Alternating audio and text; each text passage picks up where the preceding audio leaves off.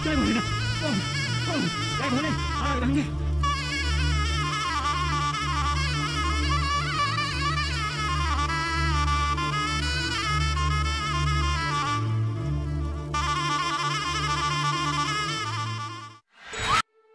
फ्रेकिश fun में आपका स्वागत है। आज की वीडियो भारत के साधुओं के बारे में है। साधु जो अपना सब कुछ त्याग कर आध्यात्मिक खोज में लगे रहते हैं। साधुओं को हिंदू समाज का बहुत सम्मानित सदस्य माना जाता है। वे अपनी स्पेशल अपीयरेंस के लिए जाने जाते हैं। लंबे बाल, दाढ़ी, किए हुए वस्त्र। साधु बहुत दुर्गम स्थानों जैसे पहाड़ों, गुफाओं में तपस्या करते हैं और कहते हैं कि उन्हें कई तरह की सिद्धियां भी प्राप्त होती हैं। नॉर्मली वो अपनी सिद्धियों का खुला प्रदर्शन नहीं करते, लेकिन फिर भी कई बार उनके हैरत अंगेज और रोंगटे खड़े कर देने वाले प्रदर्शन कैमरे में रिकॉर्ड हो जाते हैं। आज की वीडियो में हम साधुओं के बारे में ऐसे ही कुछ क्लिप्स लेकर आए हैं, देखिए। और अगर आपने अभी तक चैनल को सब्सक्राइब नहीं किया है तो सब्सक्राइब जरूर कर लें।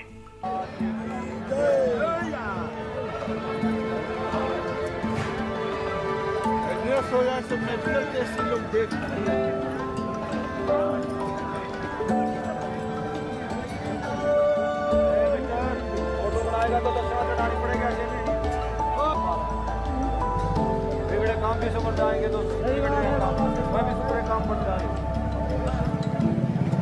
बाबा की दुआ है ये।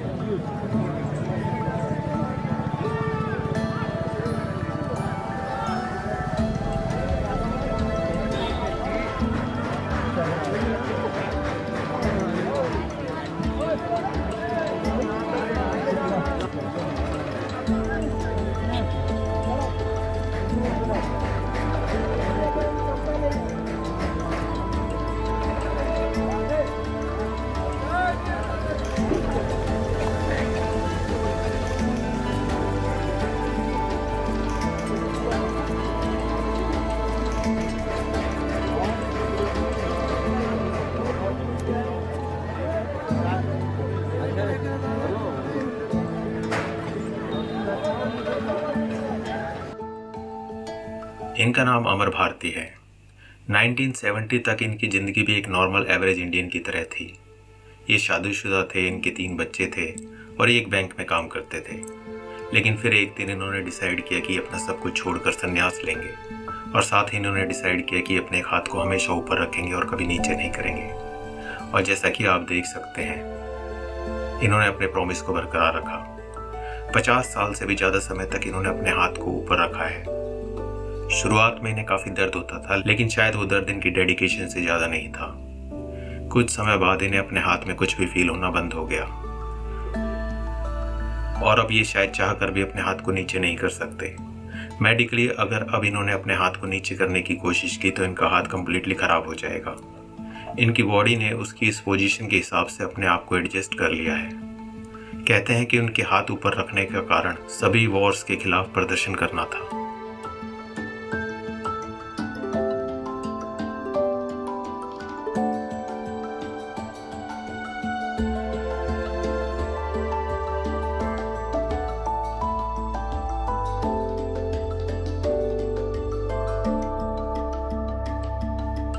हाथ ऊपर रखने वाले वो अकेले साधु नहीं हैं। अब उनके कई फॉलोअर्स भी हैं जो कि पिछले 3, 7 या 14 सालों से उन्हीं की तरह हाथ ऊपर करे हुए हैं।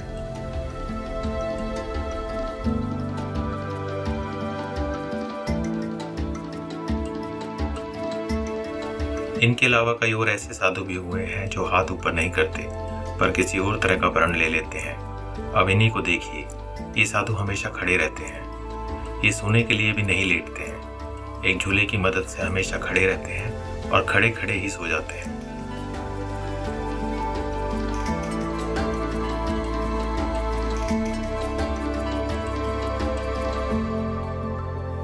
इस तरह हाथ हमेशा ऊपर रखना या हमेशा खड़े रहना बहुत ही डिफिकल्ट काम है।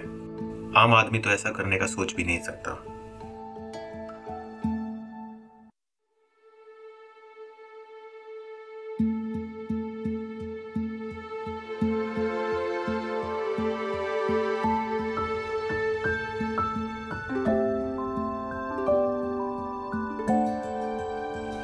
अगली क्लिप्स कुछ ऐसे साधुओं के बारे में है जो बर्फ से ढकी पहाड़ियों में रहते हैं। और ऐसा लगता है जैसे सर्दी का या बर्फ का उनके शरीर पर कोई असर नहीं होता। सबसे अजीब बात यह है कि इतनी ठंड में रहने के बावजूद ये कोई ज़्यादा कपड़े नहीं पहनते। एक आम इंसान को अगर इतनी ठंड में बिना कपड़ों के रहना पड़ जाए तो शायद वो ज़्यादा टाइम तक जिंदा ना रह सके। देखिए रोंगटे खड़े कर देने वाली ये बर्फीली क्लिप्स।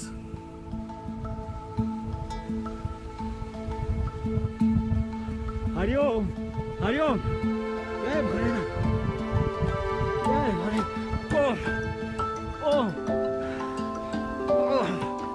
जय भोले, ओम हर हर गंगे, हर हर महादेव, ओम ओम, जय भोलेनाथ, ओम ओम ओम ओम।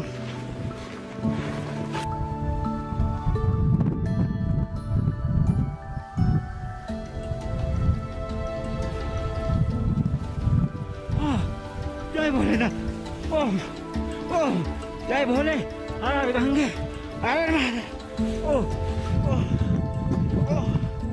ओम ओम ओम, हर हर महादेव, जय भोले।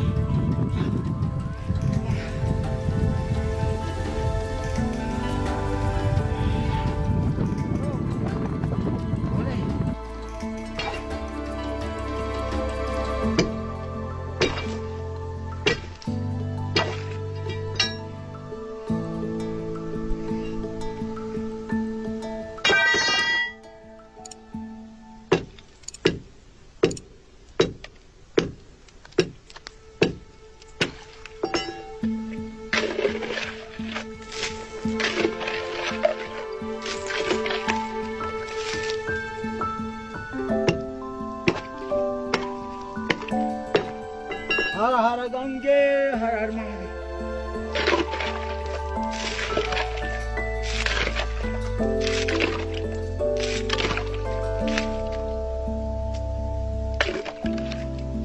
हर हर गंगे, हर हर गंगे, ओम गंगा सिंधु सरस्वती च यमुना गोदावरी नर्मदा सरयू महेंद्रतनया चर्वाम्बदी देवी क्षिप्राभेतः महासुरनाथी छाता जय गंडकी पूर्णा पूर्णा जले समंत वेदा कुर्वन्त नो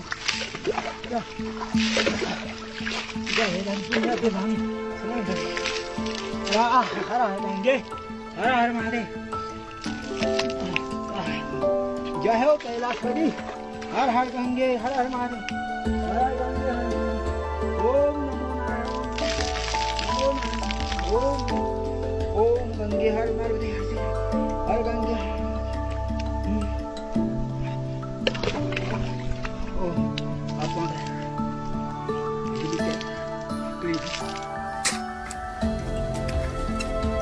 ओम ओम ओम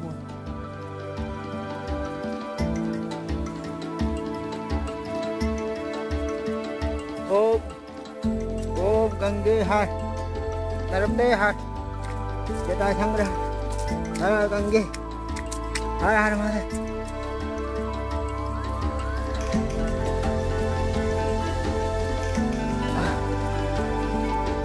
ओम गंगे हर नर्मदे हर जटा संग्रह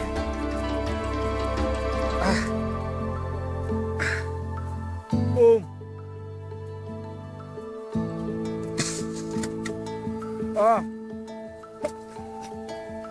ओम गंगे हर नर्मदे हर जटा संग्रह हर गंगे, हर हर महादेव, हर हर हर हर गंगे, हर हर गंगे। ओम ओम गंगे हर जटा जय हो श्री राम। ओम नमो नारायण, ओम नमो नारायण, ओम नारायण।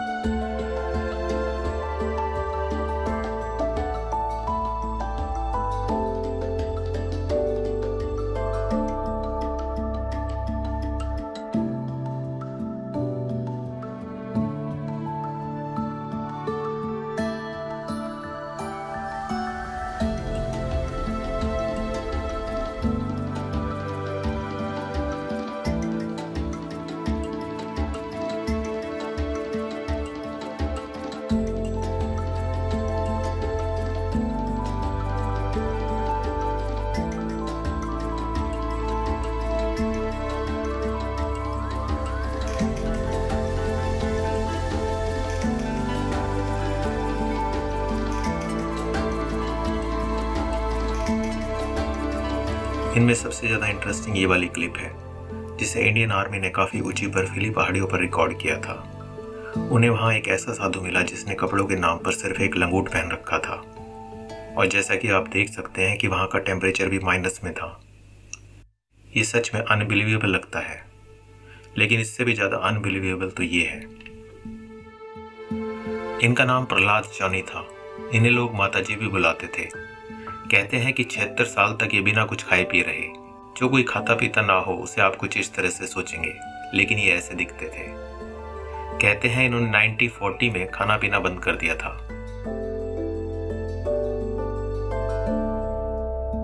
काफी लोग इनके भक्त थे। इनके कुछ न खाने पीने के दावे की साइंटिफिक जांच भी की गई। गुजरात के एक हॉस्पिटल ने इनके ऊपर कई दिनों तक रिसर्च भी की, जहां इन्हें कई दिनों तक सीसीटीवी कैमरे की नजर में रखा गया, और लास्ट में डॉक्टरों ने भी ये माना कि ये सच में एक चमत्कार ही है। Or drunk anything for nearly 70 years. His claims are now being put to the test. A key Indian medical institute is observing him in a private hospital in the western state of Gujarat, with already astonishing results. That we are all watching a miracle in the science or biology, so to say, because it's already 108 hours since Mataji's admission into this hospital, and he has not eaten anything, he has not drank a little drop of any kind of liquid, but more importantly, he has not passed a drop of urine or stool. The hospital has said that initial tests have shown the man has a brain resembling that of a 25-year-old, and that yogic exercises meant his body has undergone a biological transformation. Studying him could allow scientists and doctors to understand better how to survive without food or water for long periods, perhaps even help in exploring the universe. India is now proposing to have missions to moon, manned mission to moon, and in the long run to Mars also. So how people can survive? This strategy, if we understand how people are surviving without food and water, that may help us in working out strategies for making people to live without food or water for longer duration. Johnny will be under observation for a total of 15 days. He claims he was given the gift by the Hindu goddess Amba, and that he nourishes himself with small amounts of nectar passing through his head. Fraudster or miracle man? India's medical world now looks to answer that very question.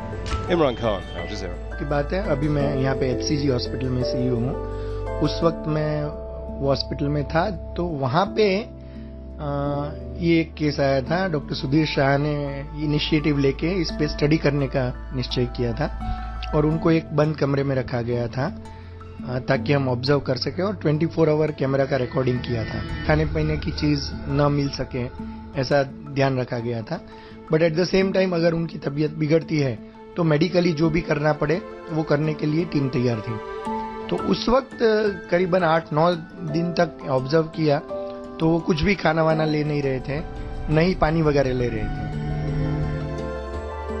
Imagine कीजिए कि ऐसा करना आपका शौक हो, और इसलिए आपने एक बुद्धिस्ट मॉन्क का स्टैचू खरीदा हो, लेकिन आपको स्टैचू कुछ अजीब लगता है, और इसलिए आप उसका एक CT स्कैन करवाते हैं और पाते हैं कि वो स्टैचू रियलिटी में एक मॉन्क है जो मम्मी बन गया था। आज भी बुद्धिस्ट लामा ऐसा मानते हैं कि ये मॉन्क मरा नहीं है, बल्कि सच में तपस्या कर रहा है। उनका विश्वास है कि दुनिया की भलाई करने के लिए एक दिन ये दोबारा खड़ा हो जाएगा। अजीब बात यह है कि ये इस तरह की अकेली घटना नहीं है। इस तरह के well preserved Japanese mummified monk के लगभग 24 स्टैच्यूज मौजूद हैं। कहते हैं कि ये मॉन्क अपनी मर्जी से इस तरह के ममीज बनते थे। ऐसा करने के लिए पहले एक बहुत मुश्किल प्रोसेस से गुजरते थे जो 3000 दिन तक चलता था, और ये 3 स्टेजेस में होता था। पहले वो बहुत ही स्ट्रिक्ट डाइट पे रहते थे और काफ़ी मेडिटेशन करते थे, और फिर वो एक स्पेशल टी पीते थे जिसमें शायद पॉइजन होता था, और उसके बाद उन्हें एक स्टोन बॉक्स में बंद कर दिया जाता था। कुछ समय तक मॉन्क उस बॉक्स के अंदर से एक घंटी बजाकर सिग्नल देते थे कि वो अभी जिंदा हैं। जब घंटी की आवाज़ आनी बंद हो जाती तो मॉन्क के शिष्यों को पता चल जाता था कि अब वो ट्रांस में चले गए हैं। उसके लगभग 1000 दिन के बाद वे उस बॉक्स को बाहर निकालते थे, जब तक वो मम्मी बन चुके होते थे। 19th सेंचुरी के एंड में इस तरह की प्रैक्टिस को बैन कर दिया गया था। और अब देखिए कुछ ऐसे साधुओं को जो पानी में तपस्या करते हैं। ये घंटों तक ऐसे ही पत्ते की तरह पानी में तैरते हुए ध्यान में लीन रहते हैं।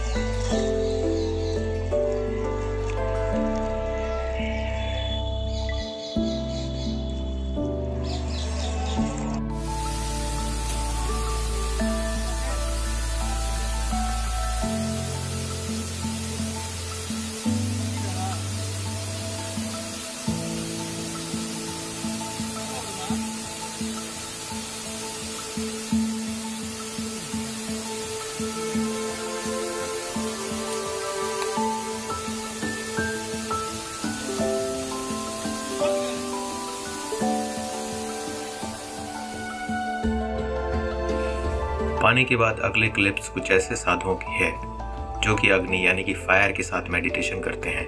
देखिए।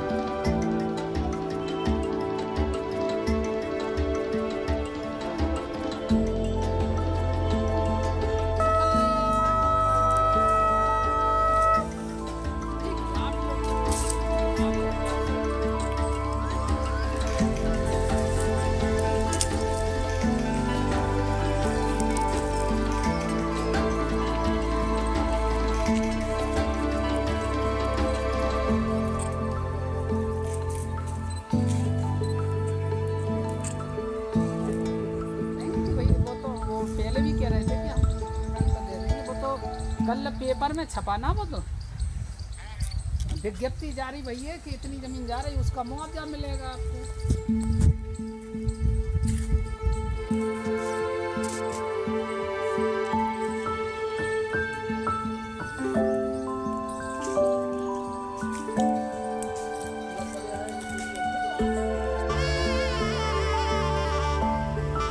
लेकिन सबसे ज्यादा अचंभित करने वाले ये फायर योगी हैं, जो कि हवन कुंड पर खुद ही लेट जाते हैं। इन फायर योगी का नाम राम भाव है। इनके मुताबिक एक स्पेशल ब्रीदिंग टेक्निक से फायर के साथ यूनियन कर लेते हैं और उसके बाद फायर उनकी बॉडी को कोई नुकसान नहीं पहुंचाती है। देखिए उनके ऊपर बनी डॉक्यूमेंट्री के कुछ हिस्से।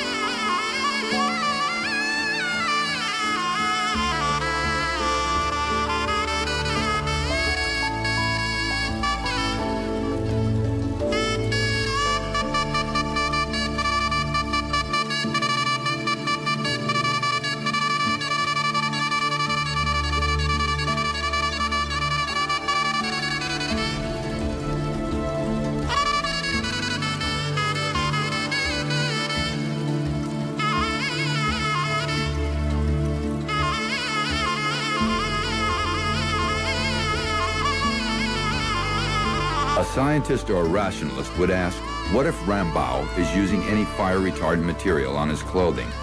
What must have been his body temperature?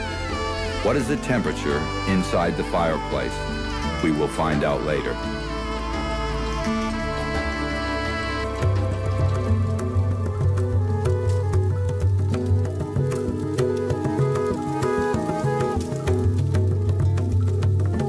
This raging inferno is now engulfing Rambau. He adjusts himself to a comfortable position. The fire is blowing in all directions. I can no longer bear the heat or the smoke, so I move away. I asked him what technique he uses to get into union with the fire. This was his brief explanation. I internally magnify the fire several 100,000 times, and there comes a point where I get linked and united with the magnified fire. This minute focus is my link. It is hard to notice his technique because it appears so effortless. Later on, it became apparent to me that he never tries to hide any information. In a typical landmark style of Indian yogis, I would get a small piece of the puzzle every time I talked to him. Then I would carefully reconstruct everything he had said to me, and a few days later, I would verify the facts. Rambau has entered an altered state. His head is bulged and features appear stiff.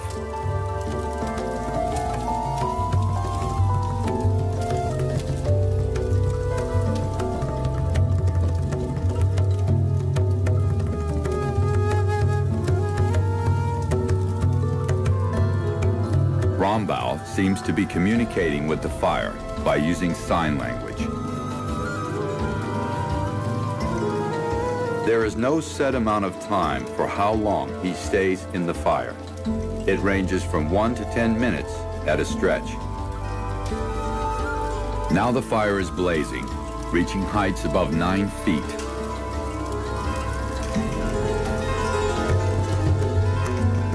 Rambau himself takes a break and returns.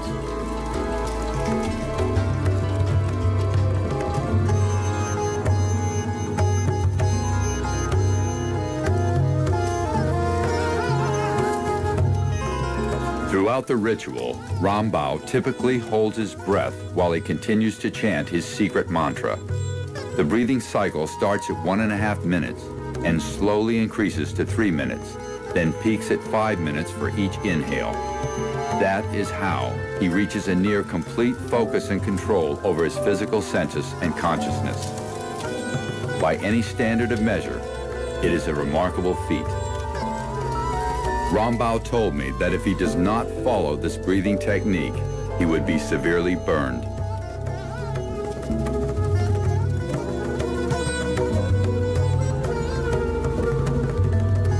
Rambao adds more sticks to the fireplace.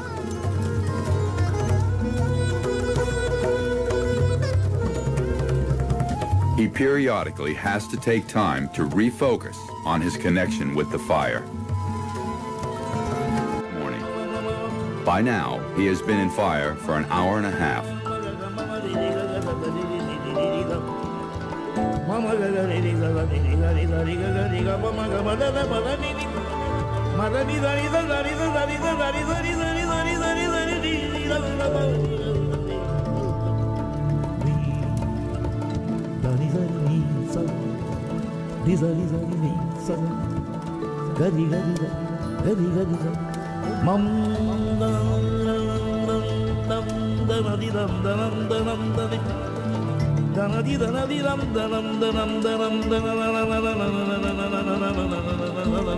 Our cameramen were constantly looking for some bruises or burns on his feet, hands, shoulders, or any part of his exposed body, but there was none.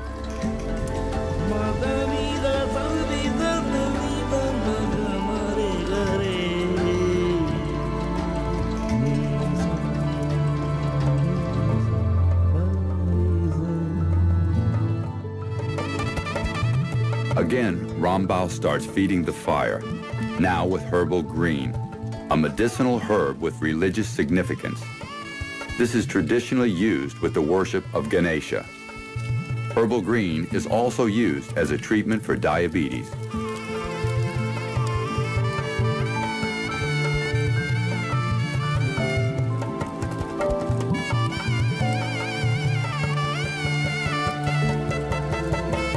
When viewing the rising flames, we only see part of the fire. There is actually more heat coming from beneath him that's generated by a 4-foot deep bed of coals.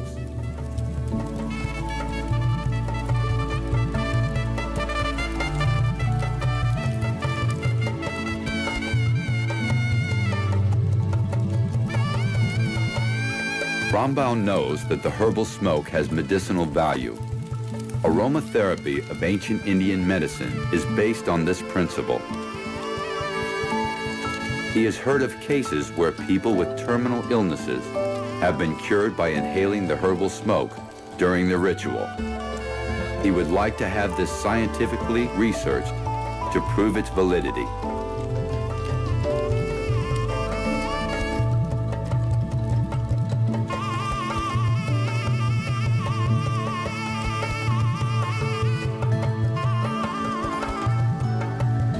I cannot explain the type of excitement and intoxication the audience experiences. Their anticipation increases, much like the intensification of the fire. They want to see him challenge even bigger flames. I wonder if Rambao feels as if he is holding a beloved baby as he stands. Video अच्छी लगी हो तो like, share और subscribe जरूर करना। अभी के लिए इतना ही, मिलते हैं अगले वीडियो में कुछ और क्लिप्स के साथ।